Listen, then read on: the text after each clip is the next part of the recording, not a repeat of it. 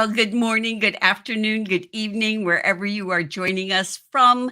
I'm Annette Richmond. This is Content Marketing School, and I'm so excited to have my friend Deanna here with me today. And I love this topic, and I'm so glad that you agreed to do this with me. So, I have to say that I met you first on Clubhouse. I always say you were my first friend on Clubhouse because you were so warm. You go in there at the time and it's like all these people and you don't know anybody. And then I've gotten to know you on LinkedIn over the years, and you've been on my show a couple of times. So I know, like, I feel like everybody knows you, but for anyone who doesn't know you, please tell us a little bit about who you are and what you do. Thank you so much for having me in that. Yes, I'm so happy that we got to know each other on Clubhouse, and then that bridged very nicely to LinkedIn. So my name is Deanna Russo, and my company is called Leverage Up. And that is essentially what we help people do on LinkedIn. We help you leverage up your LinkedIn presence, take it to the next level. And I am the proud creator of the LinkedIn triangle, the Leverage Up triangle, made up of profile, engagement, and content. And I'm so excited to be here today. Oh my goodness, I am too. So I just want to mention, if you are out there in the audience, if you do put your questions, comments, please in the comments on LinkedIn, we will be able to see you here in the studio. So I see our buddy Jeff Young in the front row. So thank you so much for joining us. Now, let's kind of jump into this now.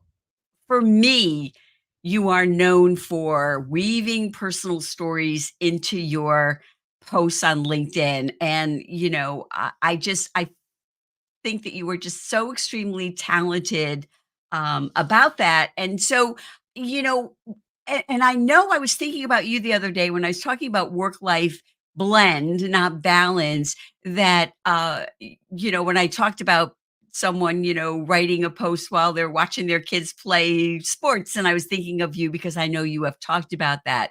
So to jump right into this, um, how did you come to have that sort of as your storytelling technique? Give us a little bit of, the impetus for that from the get-go. I think the storytelling really started when I started creating content on LinkedIn. Now, that doesn't mean that I was like the ultimate storyteller right off the very first post. No, no, no, no. I would like to say that practice makes potential, not perfect, but practice makes potential. So the more that you do this, the easier it becomes.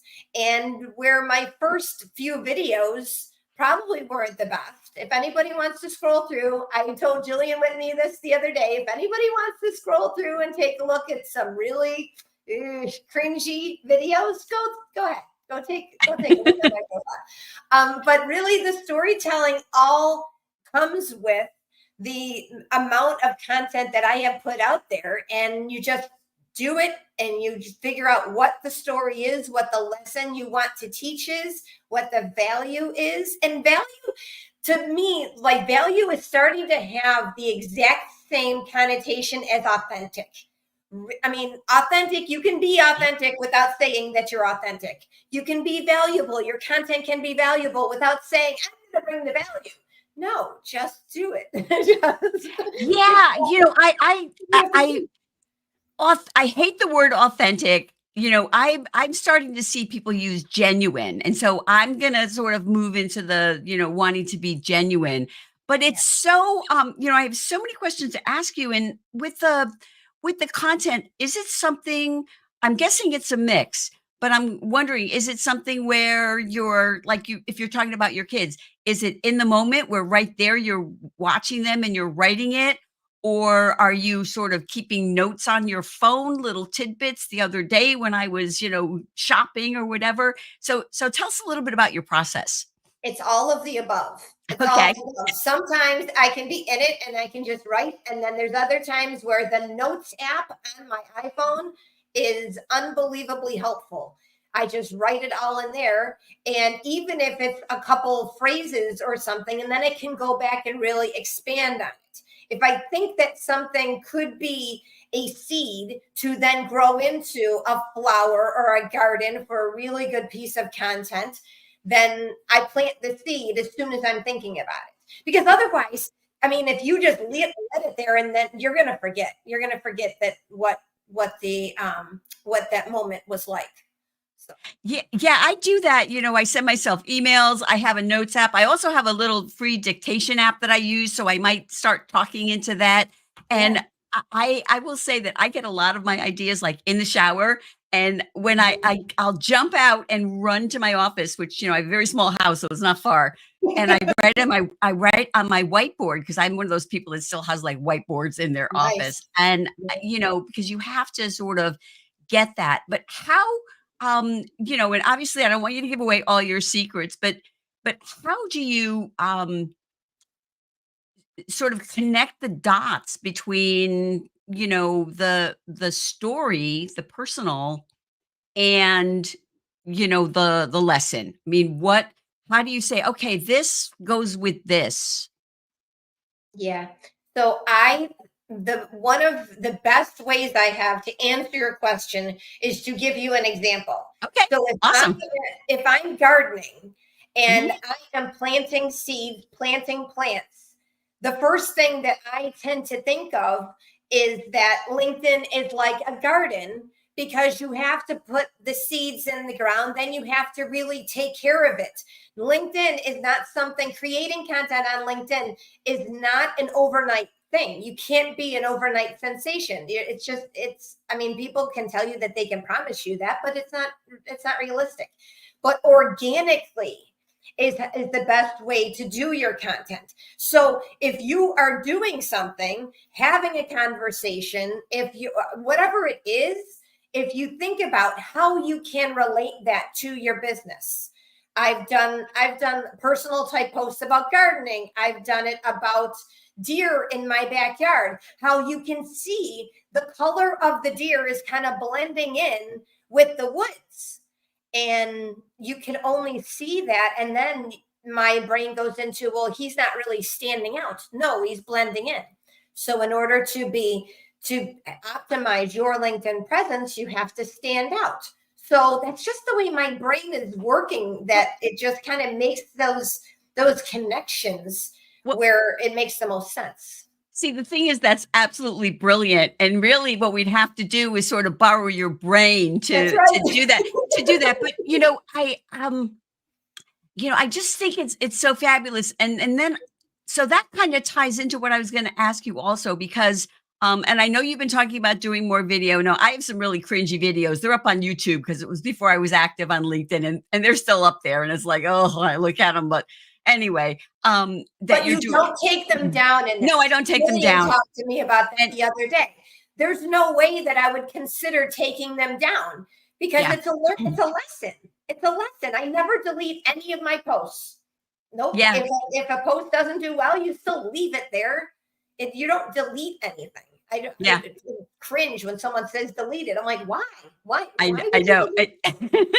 It's so funny too because whenever this comes up in conversation, I always think of something I hear on TikTok. It was like because they do a lot of template-y type things, and people were using it for a while. And it's all about how many views you get in such a short time. And the sort of template was the voiceover going, "Well, I put up a post and it really didn't do very well, and I decided to leave it up, and I looked at it the next morning and I had 10 views, and that could be you." It's just like, so I mean, that's like the joke about it, but it's not too, I hear, it's not like the number of people that are viewing, it's the right person Yeah. that's viewing your Yeah. content. It's the conversations that start following that piece of content. You just never know where it's going to go. Now, I will say that you, for the most part, what I see is text posts, but they're generally text with an image. Yep. So is that the thing? Now, I'm thinking when you saw the deer that you quick snap the picture, or Yep. if you're gardening that you go and snap a picture. So your phone must be Yes. always with you. Yes. It's always with me. It's always with me. And when you can add a visual it just takes it to a whole new level. Yes, you can write the straight text posts. Absolutely. I have no problems against anybody who does straight texting, straight text, and then puts it in a piece of content of LinkedIn. But that visual, never underestimate the power of adding an image to that post. And you know what I used to do back in the day, 2018, 2019? I used to go and search for stock images. Now, no way, no. I just try to find something on my phone that I can then relate to that story. And in some cases, it's pretty easy. In other cases, it's a little bit trickier. But that's basically the way it is. This visual gives it a whole new meaning. Yeah, I've heard more and more that like stock images are kind of a real turn off. Yeah. So when it comes to the images now, although I do video all the time, I've gotten to the point where I just don't even see myself really, but I hate pictures of myself. I we have very few. And I just started because, I'm reading the algorithm report. I'm sure you're looking at the world. People are on LinkedIn a lot are looking at the algorithm insights about LinkedIn that came out, the beginning of February. And a picture of you does does attract more attention. And I found since I started doing them that yes, it does. So what It does. is your take on that? Because I feel like your pictures are not like always selfies. I mean, I see some people that are No, around there. Every time I look at them, they're like, no. with the Mm-mm. selfie, and I'm like, oh, please. But anyway, tell us about how you do the pictures and if it's like selfie with you or not, and why that is. Now, the picture that I would use for a story about a personal story about my sister, for example, that has to have me in it because it's talking about the two of us and Yeah. you can make the connection. But a selfie, on the other hand, if I am feeling really good about, let's just give an example, my fandom of the Buffalo Bills. I did a video of it, and I don't think this past year I did a picture, but I think I've done one in the past where I've got Bill's gear on, and hello, can you see who I'm rooting for? So I try and relate that image to whatever story it is. I'm just not a big fan of selfies, not just for the sake of taking the selfies. I even think the ones that look really excited, I'm like, yeah, that's just not me. I feel awesome for the people who can do it, who can give that really like excited. I'm like, it's just not me. I just don't like to. No, I know, and I feel that way about videos. Like some of the videos, like I try to be engaged on my videos, but Yes. the video because I'm like, hi. It's like, okay, are you really that excited to tell me about whatever LinkedIn tip you have? So I hear you on that, and you know, one of the things too that I want to ask you about because we're kind of a little bit sort of into that area, and I just want to bring up this comment from our friend Jeff Young who says, "Yep, Deanna Russo, so many people treat LinkedIn as a one and done, not like a garden which needs care and feeding," which is Yes. so true and something that I know you preach at. I preach at, but you have been doing it longer than I have. I'm more new to that whole LinkedIn game. My For me, triangle is made up of profile, engagement, and content. And if I was making that triangle a square or a rectangle, just to stay with the shape acronyms, then I would add consistency as the other piece of it. You just got to consistently keep showing up and consistently keep having conversations. Because yes, you put up a piece of content and then it gets one or two comments, but how much are you having conversations with the other people on LinkedIn? And it's got to go both ways. You got to shake hands. yeah, yeah, I love that phrase that you use, "shake hands" too. Mhm. You're the first and only person that I've ever heard use it in quite that way.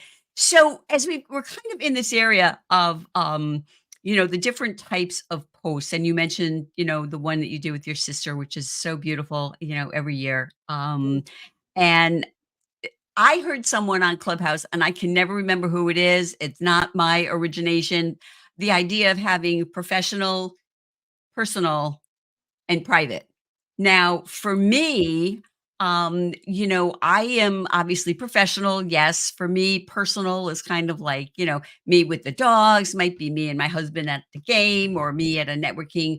And then there's more private. Now, I will just say that I try to stay in the, professional and professional and personal. I know people that talk about all kinds of things. I know people that talk about surgery on LinkedIn, everything. And I mean, I think that's fine. I'm just saying that I think you have to decide where you want to Yeah. go. And my example is I try to remain very apolitical, on LinkedIn because it's a business platform. However, every once in a while, I live very near the Sandy Hook. So that was the Mhm. first, I think, school massacre of little children that gained national attention. And so when I see that happen somewhere, it really hits me very hard. I know people that live in that area, not thank God, not with kids who were killed, but so I will on occasion venture in if I feel really strongly to say something about that, but it's not a rant, it's more like statistics or something. So what do you what's kind of your take on that and what would you advise people cuz I know there are some coaches say you got to be vulnerable.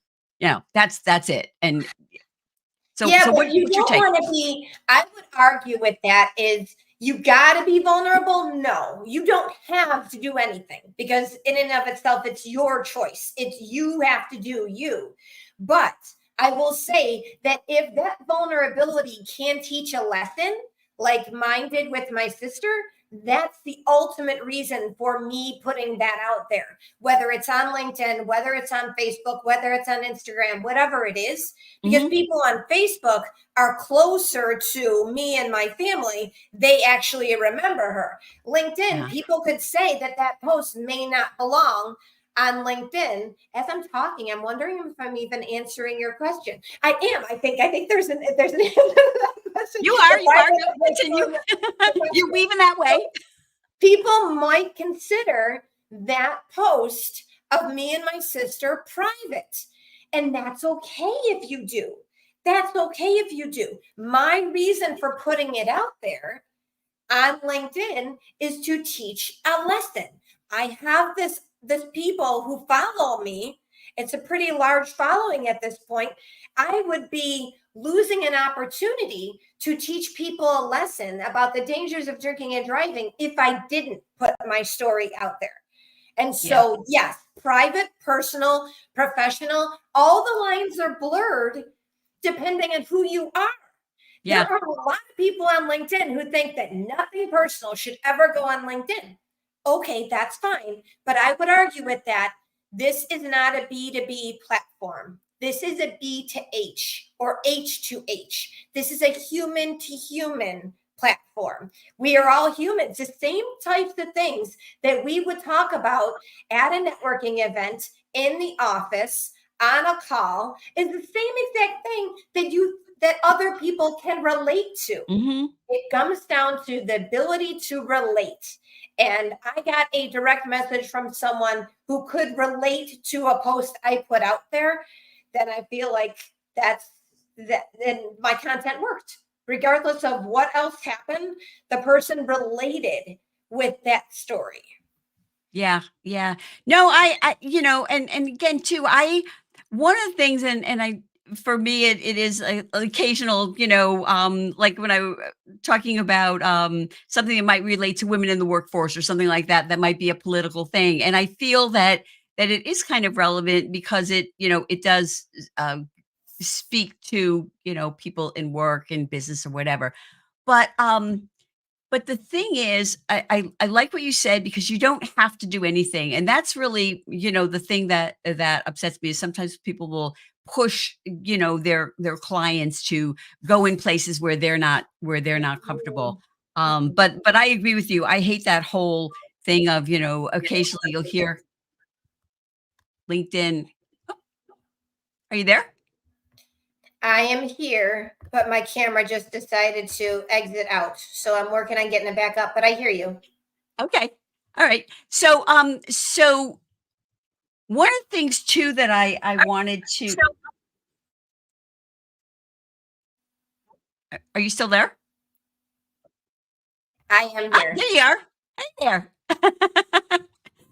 So so one of the things that I think about when it comes to content on LinkedIn, and I also want to ask you about since you mentioned like Facebook, and are you on like Instagram? Do you use other platforms for business? And if you do, can you talk a little bit about your approach there? Because I'd love to learn. I'm sure others would love to learn as well.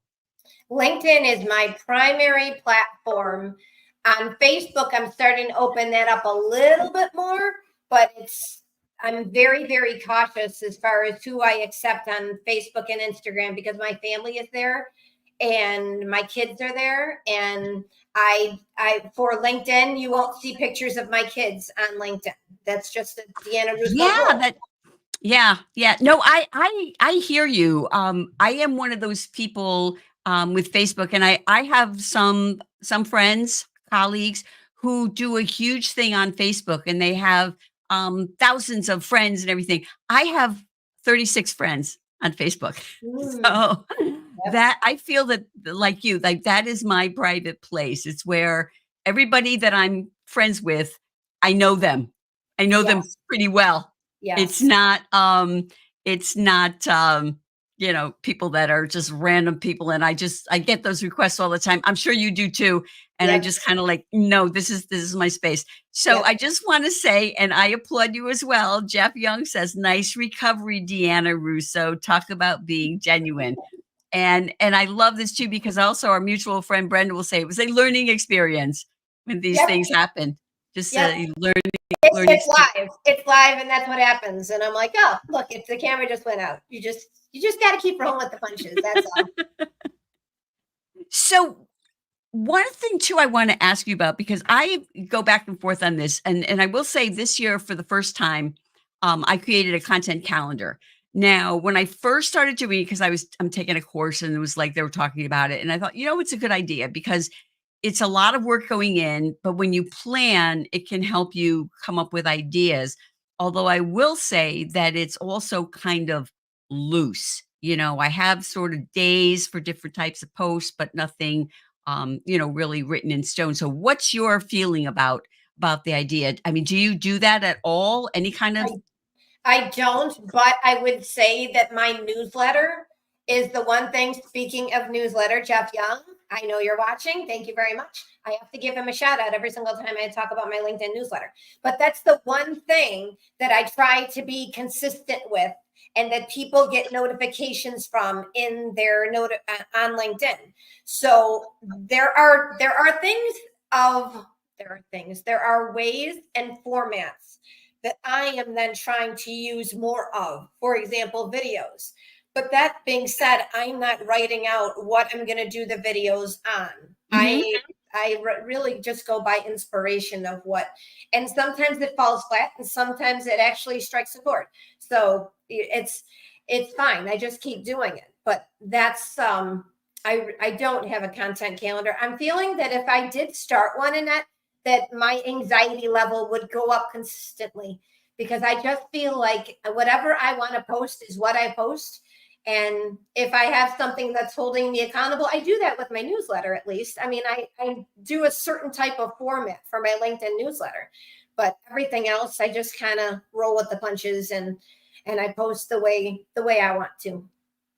So with the newsletter, you do it frequently. I've been doing it monthly, and every once in a while I'll miss a month, and then I've decided that I'm going to go to twice a month. But you do it. Do you do it like every week? Once, nope, it's once a month.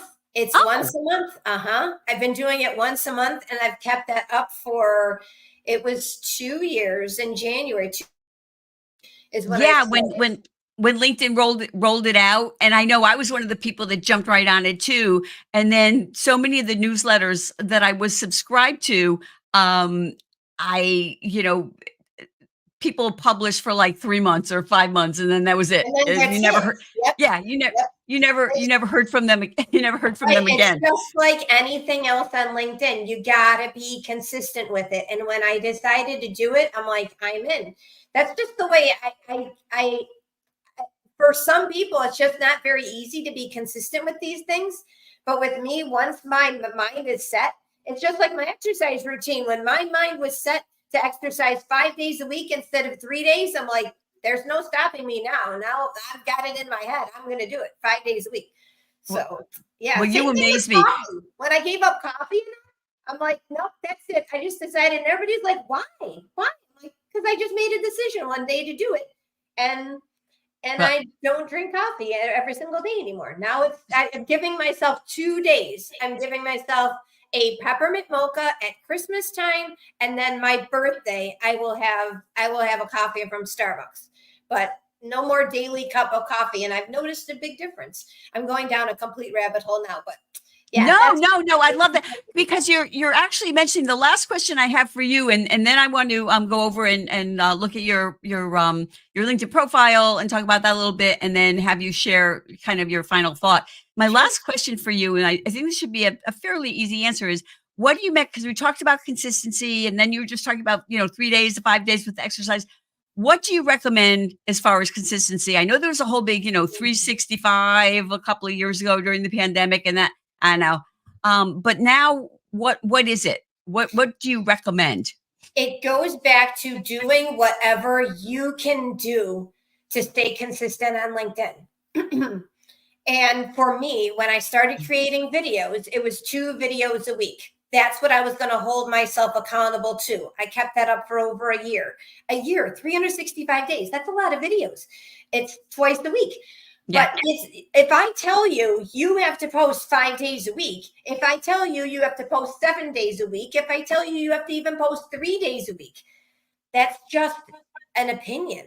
It really comes down to what you need to do to stay consistent. But that being said, I have said this before, I'll say it again. On the days that you're not posting, or in addition to your posting, you need to be shaking hands. You need to be having conversations with people, because commenting on LinkedIn is just as important as what you're putting out there. And the strategic conversations is one thing that I teach that nobody else teaches, is going to the conversations where those are your people. You know to those people.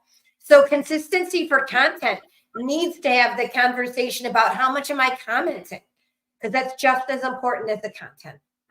Yes, I agree with you. And I will say that I'm trying to get myself on a doable schedule. I've been working on some big projects, and that sometimes, throws me off. But so we're now looking at your profile, and I love your new picture. I mean, you look great before, but I love this photo. And so people can book an appointment with you and of course follow you, learn from you. Is this your primary base, sort of where people would find you, is Yes. LinkedIn? LinkedIn is the best way to get me. If you search Deanna Russo, if chances are you'll find me. And it's one like that's got to be a go-to for people. I have a website, leverageupllc.com is my website, and it has significantly more information on my services. It has the prices of my services. By the way, that was the best thing I have done in the past year, was put the prices of my services on my website, because it's significantly easier to have these conversations when people are like, oh my God, what is the cost? Go to the website and then you will see. It's like the curtain unveiling, then you will see.